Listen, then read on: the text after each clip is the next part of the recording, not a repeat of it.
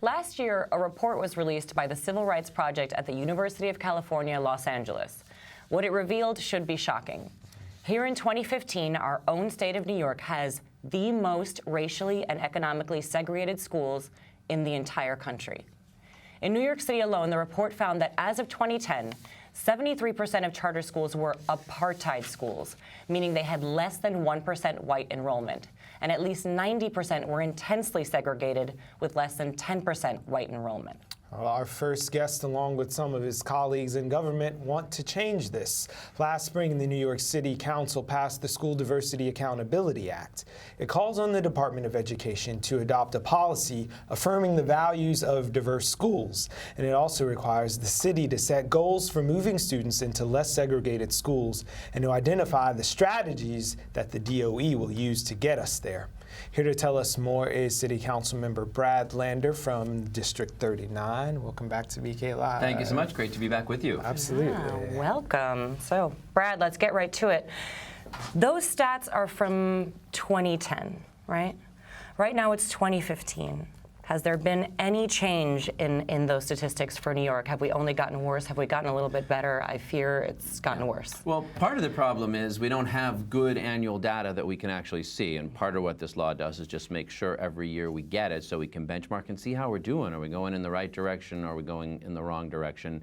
You know, as you say, here we are 60 years after the Supreme Court ruled in Brown versus Board of Education that separate but equal, quote unquote, schools are inherently unequal.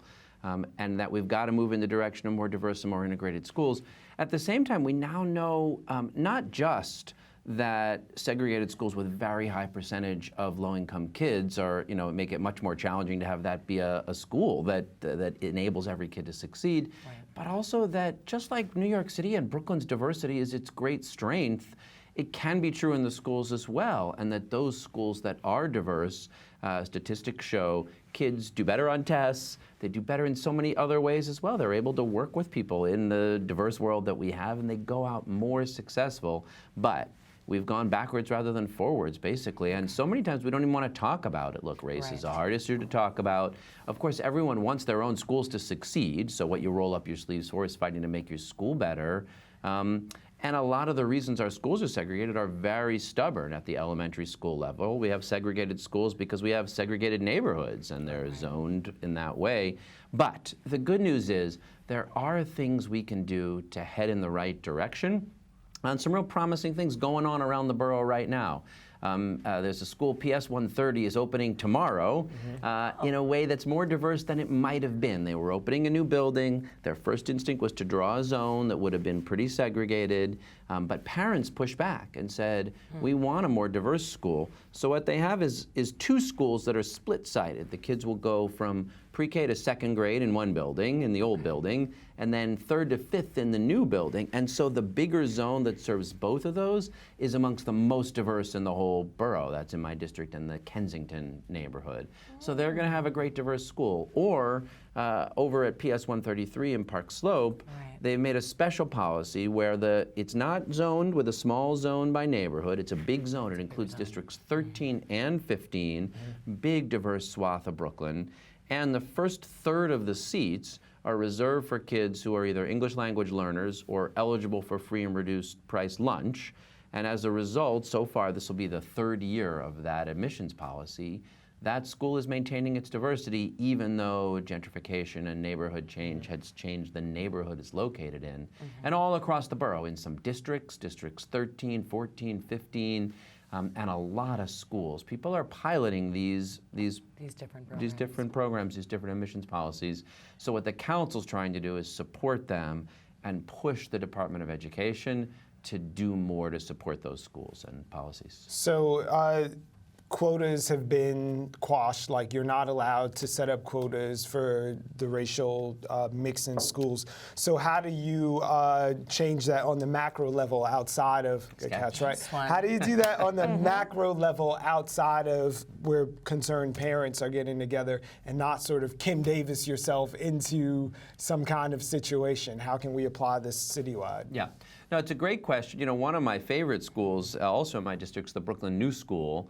When it was founded, it was before the Supreme Court had declared, you know, specific racial quotas unconstitutional. So they were founded with the idea we want our school to be a third white, a third black, a third Latino. That was back before there were quite so many Asian students nearby. Yeah. And you know, I don't think there's anything wrong with that. The Supreme Court declared the use of quotas unconstitutional. On the other hand, that was obviously a goal to have a wonderful, diverse school, and it really succeeded. But since the Supreme Court ruled that way, now they didn't rule that you can't make any use of race or ethnicity, but you can have sort of strict quotas like that. Luckily, there are good policies you can use. As I mentioned before, English language learners, free and reduced lunch and economic status.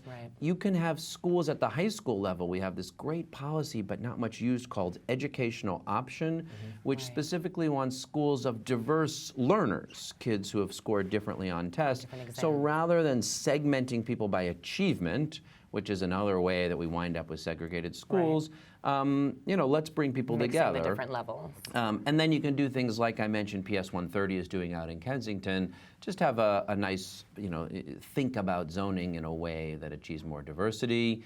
And then one policy that District 13 wants to use for its whole district is a policy that's been piloted all over the country, in Cambridge and Santa Fe and a lot of other places, and that's called controlled choice, quote unquote, where for every elementary school or every middle school, you get to rank your choices, but at the same time, some of these filters are used to make sure that what results is a diverse mix of kids throughout all the schools. An algorithm is used, right, to then choose randomly to make sure you get a diverse group. It's amazing what we can do with computers these days. And again, that gets back to the data.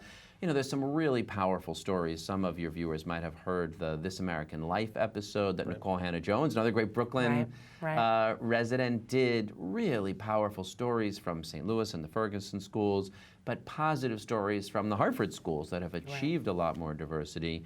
And so our goal is to kind of mix the algorithm side, how do we look at the data, think about these policies, with the human side. It does take more work for the principal or teachers to build a school that has all the capacities and services and languages and understanding that you need to help diverse sets of kids learn together. It takes more work than just if we just got one set of kids and we know. But the payoff for those kids, for the schools, for our city and our country, and just our basic democratic values, we think are strongly worth it. Right. Going back to that This American Life, everyone was sort of passing that around this summer, and it's like, even if you don't listen regularly, it found its way to your inbox. And there was a statistic, really, that we were stuck on, saying that 1 in 2 of these children in Missouri were in a non-accredited school, that the state had lost so much faith in them that they didn't have accreditation. So that was 1 in 2 children of color, but 1 in 25 students on who were white were in a school that was sort of failing or non-accredited. So that was completely stark. Are the numbers as bad here in New York? Well, I mean, it depends what you look at. If you look at the schools that are on the state watch list of failing schools, yes, those are almost entirely kids of color. So the odds for a student, I mean, it's not 1 in 2 in New York, but the odds of a student of color in New York City to be in a failing school are astronomically higher than the odds of a white kid to be in a failing school. And actually, one of the policies, very little discussed, but the Department of Education actually has a policy somewhat similar to the one that happened in Missouri. One option for students in schools that are, you know, put in this category of failing is to be able to transfer to other successful schools. And I know there were a few students actually in Cobble Hill at PS 29, really dynamite school, overwhelmingly white, that it had some kids of color from other parts of Brooklyn, other parts of the city that had come from failing schools over the last couple of years. So, yeah, I mean, that's the stark reality we're looking at. And you know, luckily, look, it's not either or. Of course, we want to put resources in to support schools where they are and how they're doing. We're not going to break up all of the New York City schools and go back to some kind of, you know, mandatory forced busing program, but we can support those schools and try to lift them up, and with the community schools program and the renewal schools program that the chancellor is investing in, which I think are great. But at the same time, let's at least, where people are calling for it. That's the thing. Right now, and people have in their heads the idea that school integration is something that has to be like force down, you throw it with force busing and troops with guns. But here in Brooklyn, we have so many people that choose to live here, that want to live here for its diversity, and want more policies for diverse schools. It's my own belief, actually. I live in Park Slope. My kids went to PS 107. I have lots of friends who go to PS 321. I think most of the parents in those schools actually want a more diverse school. Yeah. And so let's provide policy tools to get more diverse ones, and at least head in the direction of having more diverse schools and more diverse options. Of course, that will also mean fewer highly segregated or apartheid schools, more kids who get that opportunity. And we don't need to make it all or nothing. We can invest in schools in low-income communities, and at the same time offer more options for diverse integrated schools, and then confront those just horrible, stark realities. Statistics, yeah. I'm reading here, I have this statistic that the typical Latino student now attends a school that's nearly 57% Latino, and then that's actually more segregated than for Blacks and Asians, that we've kind of reached that point now with Latino students here. Why is that? Is that what is actually kind of attributing to our stark segregation numbers, our kind of large Well, the numbers are pretty bad Latinos? for African-American students as well. I mean, Black and Latino students both in the New York City system are much more likely to be in schools that are overwhelmingly low income. And, again, a lot of that is at the elementary school level residential segregation. So, if you're in Sunset Park or, you're in Bushwick, you're likely to be zoned for a school that's overwhelmingly Latino, just like if you're in, Crown Heights, you're much more likely. Now, some of this gets changed in really interesting ways and challenging ways by gentrification. But I have to say, even there, the experience is not very good. What often happens is, white or middle-class parents who move into a neighborhood for a long time won't send their kids to the local public school. Right. And then when they do, there's a perception of sort of them kind of taking it over, and you wind up with some conflict. So luckily, there are some good and success stories here. Maybe think of a place like PS 10, great school in the kind of South Slope, Sunset Park border. Principal Laura Scott has really worked to make it diverse as it changes. And this policy I talked about at 1:30 of going to a broader zone also. We have a lot of edges like that. So if you use a zone, you can bring people in across some of the borders. But yeah, that, and then, so the main reason at the elementary school level is that our neighborhoods are segregated. I will say, even at the middle and high school levels, tracking and sorting by academic achievement often wind up in similar ways. Well, if neighborhoods are segregated everywhere in the country, I think you see this everywhere you go, what makes it worse here? I guess I'm just not still understanding why we still have a bigger problem than other cities that are possibly just, if not more, segregated. Yeah. Well, look, first I will say it's pretty bad a lot of other places as well. So the fact is it's not like New York is an outlier. Right, okay.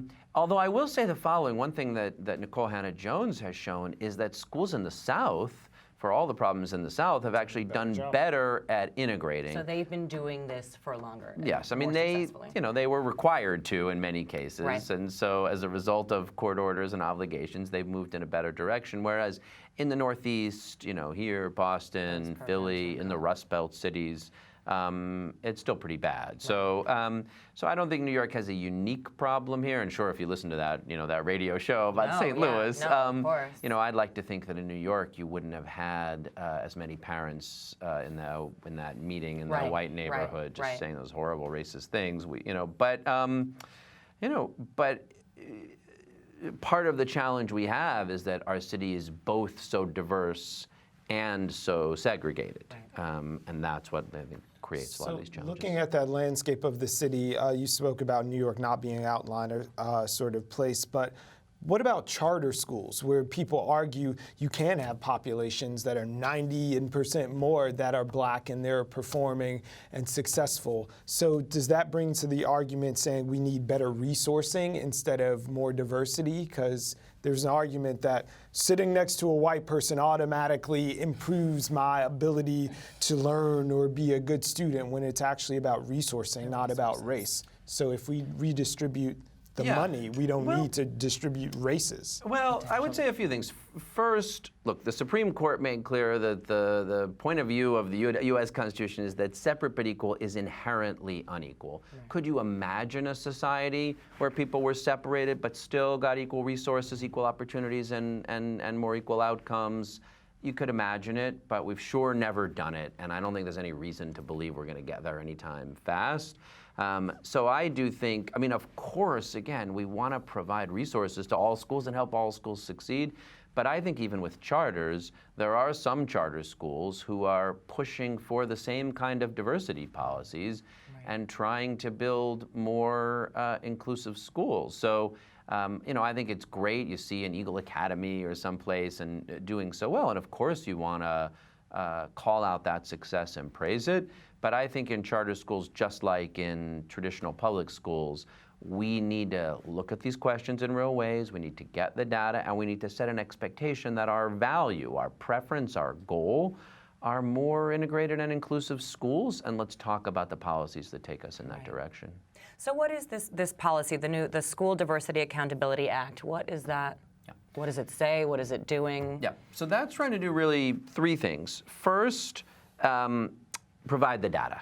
Just get us annually, every year, data. And really, you got to get down and look pretty closely. You know, if you have a school that's got a gifted and talented program, it might be that in the building it's pretty diverse, but if all the white kids are in the G&T program and then all the African American and Latino kids, you know, that's not what we're trying to achieve. So this gets down at that level and looks at it and says, year over year, we're going to track it and see how we're doing. So that's part one.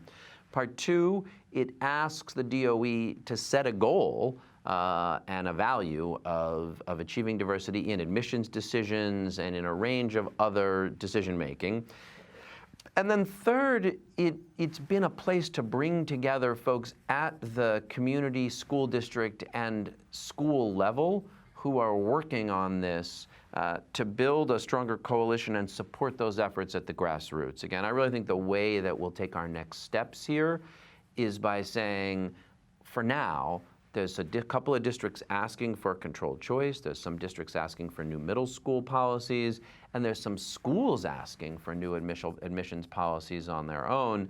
Let's go ahead and work with that set of schools to and districts to strengthen what they're doing and see what the numbers look like after a couple of years of trying. Speaking of that coalition of the willing, there's no sort of Governor Wallace standing in any doorways here in Brooklyn, but how are Mayor de Blasio and Chancellor Farina responding to this act? So I think the jury's out is the honest answer. They both care about these issues. Mayor de Blasio signed the School Diversity Accountability Act, and when he spoke, when he signed it, he spoke very passionately about the values. And you look at the mayor's family. Obviously, he's a strong supporter of integration, and his kids went to the Brooklyn Children's School, which has been working at this, and Kiara went to Beacon, where my son goes, and that's a school that has been, was founded to work on some of these issues. And the chancellor similarly, cares a lot about it, but there hasn't yet been the action we want to see. The first report is due in December, so they have till then to kind of work out the internal issues. But I think they need to be comfortable with and go through all the legal issues and legal hurdles. I'm confident that every policy we're talking about fully passes muster legally. And then there's the political issues and the resource issues. And of course, they've been busy doing a lot of things. I'll give them that credit, between universal pre-K and the renewal schools and the new evaluation method, the framework for great public schools. So I guess what I would say is I don't think they've really gotten to this yet, and that this issue of implementing pro-diversity policies we're waiting for. That's part of why we passed the act. I'm hopeful and optimistic because of the things they've said, and I'm hopeful that this fall and into the winter, as that first report is due, the report not only provides the data, but is the opportunity for the Department of Education to say what they're doing and what they're going to do about it. So that'll be where the rubber really hits the road and where we see what's in their plan. Anything from the governor's office? We know they had that thing early on with charter schools and numbers and caps, but it's education, so it kicks up there. So I haven't heard the governor speak to this issue ever. There is a small state grant program that I think comes from the regents that actually District 13 right here and District 1 in Manhattan got grants to do some diversity policy planning. And they partner with the Department of Education in the city, so that's a good sign. And the money comes from this statewide grants program. So, so that's a step in the right direction. Okay. Thank you so much for joining us on Always our great first to be show back. with you. Yeah, welcome back to the fall, and Back good to luck work. everybody in the first day of school, whatever school you're going That's to, right. charter, public, segregated, diverse. Let's hope it's a really good year, and students, educators, principals, parents all have a real good year together. Thank you, Brad. Councilmember Thank you. Lander. Thank Come back. you. Thank you. All right.